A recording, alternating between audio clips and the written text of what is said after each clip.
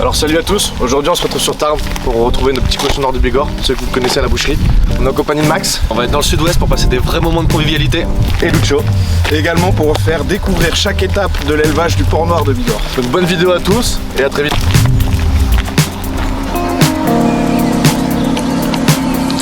Ça va être un petit moment de bonheur.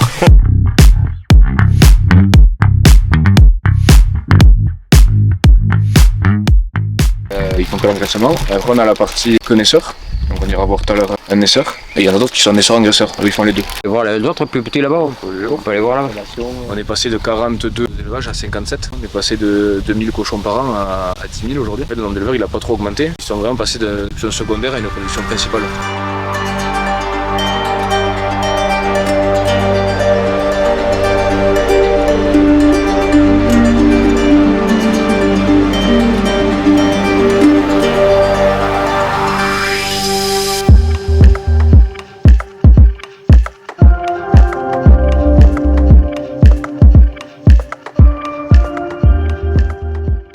On va tourner un clip. Ici, c'est l'outil économique de la filière. Nous, nos patrons, c'est les éleveurs, les 4 saisonniers charcutiers. On rachète les porcs aux éleveurs au prix qu'eux ont fixé. On découpe la viande et on vous sert en frais. Tout ce qui est produit sec, on le fait avec les saisonniers et charcutiers.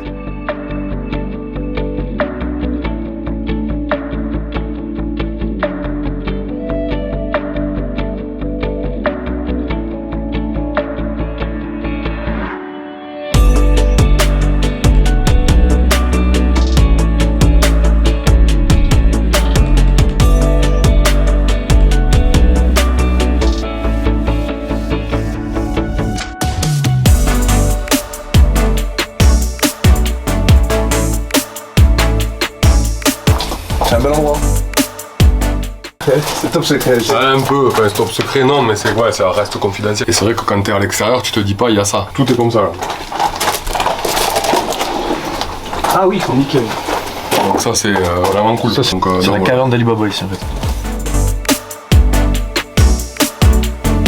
Tu m'étonnes que tout le monde voulait venir.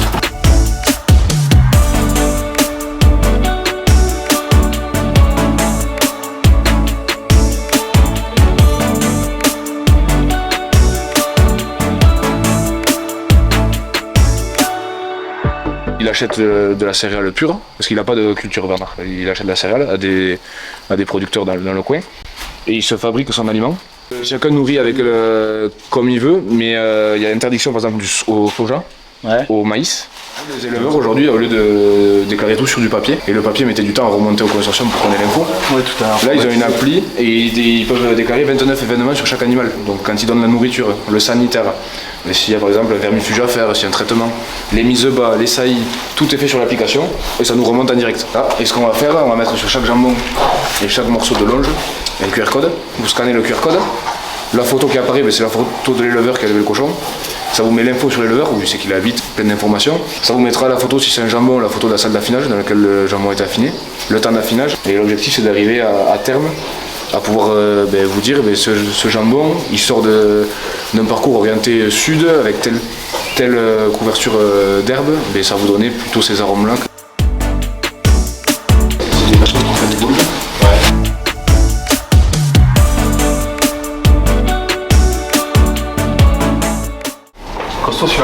Non, c'est beaucoup de choses sur la base. On était à 1 kg du record du monde. C'est l'éleveur qui nous les fait exprès pour nous. Il nous en fait une dizaine de cochons par an. Ici, on a un atelier qui fait tout cochon sec. Donc on fait jambon sec, de la copa, du filet, des ventrèches plates, des ventrèches roulées, bien sûr du jambon.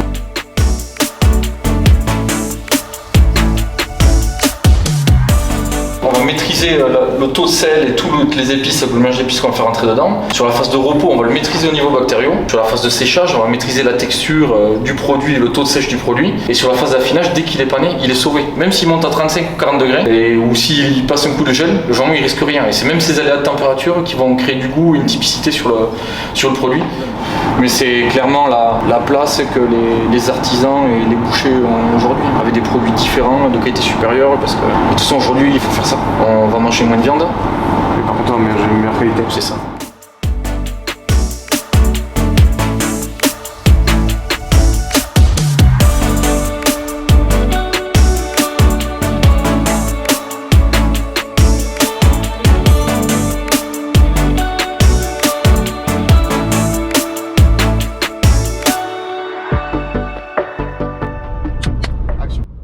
on vient de passer notre petit séjour sur Tarbes.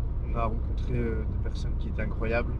On a des éleveurs passionnés qui savent faire des bons produits français de qualité. Et puis revaloriser une filière qui au final était plus valorisée depuis un petit moment. Tout à fait. Depuis 1980, elle était en bonne disparition. Et c'est un travail de longue haleine et d'amour surtout. Je pense qu'il y a beaucoup de passion dans tout ce qu'ils font. On le ressent. Beaucoup de passion quand ils reçoivent aussi. Exactement. Ils ont été très très bien reçus. C'était vraiment. D'ailleurs, on remercie toutes les personnes qui nous ont accueillis sur Tarbes.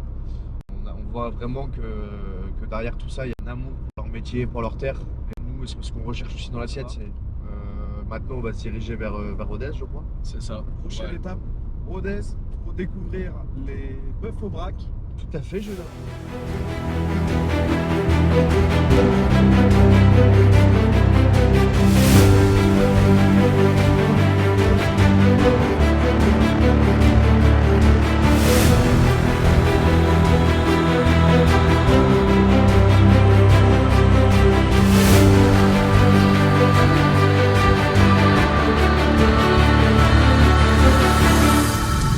Bonjour à tous, du coup on vient d'arriver dans l'Aïol, on est avec Patrick qui va se présenter. Et moi c'est Patrick Mouliade, alors je suis en premier et en priorité éleveur bovin au Brac et en plus bon, je suis président en ce moment de l'association Label Rouge Bœuf Fermier au Brac. Voilà. On commercialise nous dans les magasins depuis quelques années déjà.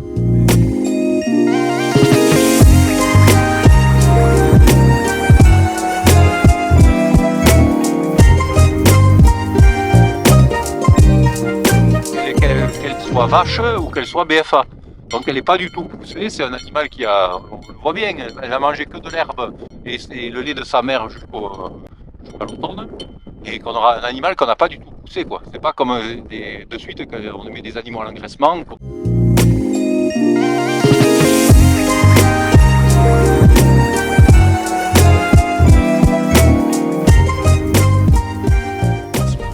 Voilà, bienvenue au bureau de Borne du coup. C'est les anciennes bergeries quoi. Ok. Voilà. Et à la frontière, on a vu le panneau, ouais, sur la... Lozère, Aveyron, on est vraiment à la frontière. Quoi.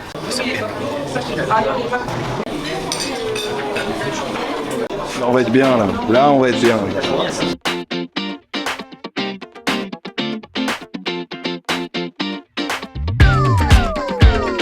On part sur un peu de charcuterie là.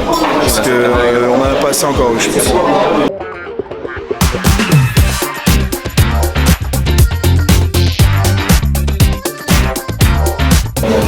Est-ce que quelqu'un a un peu de saucisse? Je suis commercial pour la structure Rutem Viande. Donc on abat, on découpe et on commercialise la viande. Donc ça fait 10-12 ans qu'on travaille avec la maison Biot. Donc après on travaille avec les boucheries, les grossistes, la restauration, l'industrie agroalimentaire. Alors on travaille avec une coopérative d'éleveurs. Et ensuite on travaille avec des indépendants, si tu veux, qui nous fournissent des bêtes toutes les semaines. Le rôle après c'est de sélectionner les carcasses en frigo par rapport aux besoins des clients. Et ensuite on envoie directement dans les boucheries. Les plus belles sont pour moi. Magnifique. Je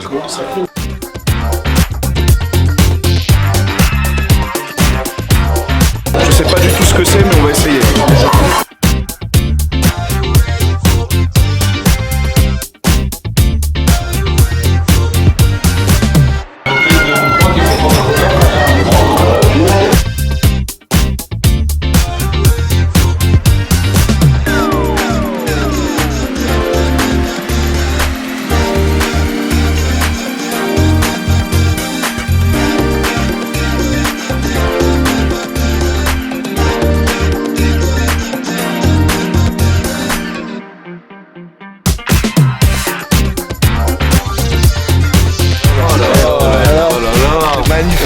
T'es plus beau que les vaches. Ah mais c'est bien, c'est qu'il y a un suivi derrière de qualité. Ah mais lui il est important. C'est ce qu'il faut. C'est ce que nous on veut donc. Oui, parfait. Il y a des bœufs et il y a des vaches là qui vont pas tarder à partir. Donc ça c'est des bœufs qui vont partir fin d'été, début d'automne. Alors la période de finition, nous on l'a fait à l'intérieur. Ok. C'est-à-dire que les 4 derniers mois, on les fait à l'intérieur avec la même alimentation. Donc en fait, c'est pour que derrière vous ayez toujours le même persillé, les mêmes couleurs de viande. C'est beau.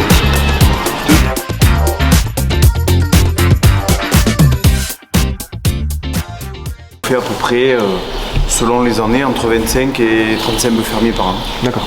Bon, tout compte quoi, enfin, tous les maillons comptent pour avoir un animal. Tu peux faire ton boulot comme il faut pendant 6 mois et en 24 heures, le mec il te déglingue tout. Hein.